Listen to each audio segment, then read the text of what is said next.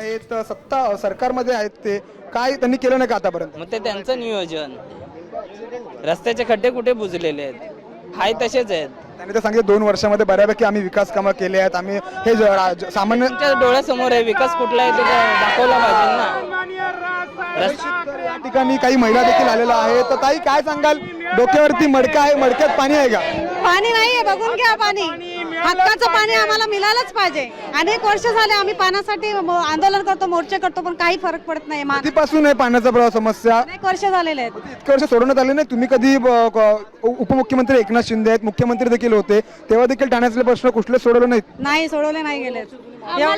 आम्हाला नवीन पाईपलाईन टाकली जाते, आमच्याकडून निधी घेतला जातो पाईपलाईन टाकण्यासाठी, पण 1 दिवस 2 दिवस पाणी त्याच्यानंतर पाणीच येत नाही. ती पाईपलाईन तशीच असते, काही उपयोग नाही. नुसती पाईपलाईन टाकून पाण्याची सोय वाढली पाहिजे, हक्काचं पाणी भेटलं पाहिजे आम्हाला. आमचं स्वतःचं धरण बांधलं गेलं पाहिजे, का नाही बांधलं जात आहे?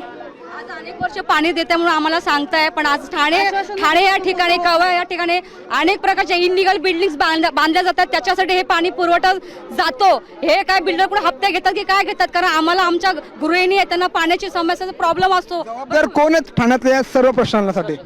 प्रशासन. सत्ताधाऱ्यांमधलं कोण? जे आता सत्तेमध्ये बसलेले जे गद्दार नेते आहेत ते.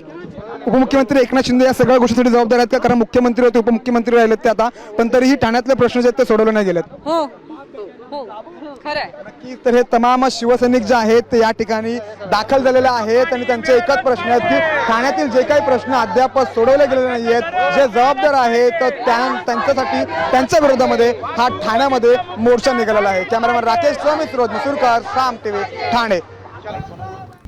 आता isakal.com आहे देशातील नंबर 1 ची मराठी न्यूज वेबसाईट. प्रत्येक अपडेटसाठी isakal.com ला नक्की भेट द्या.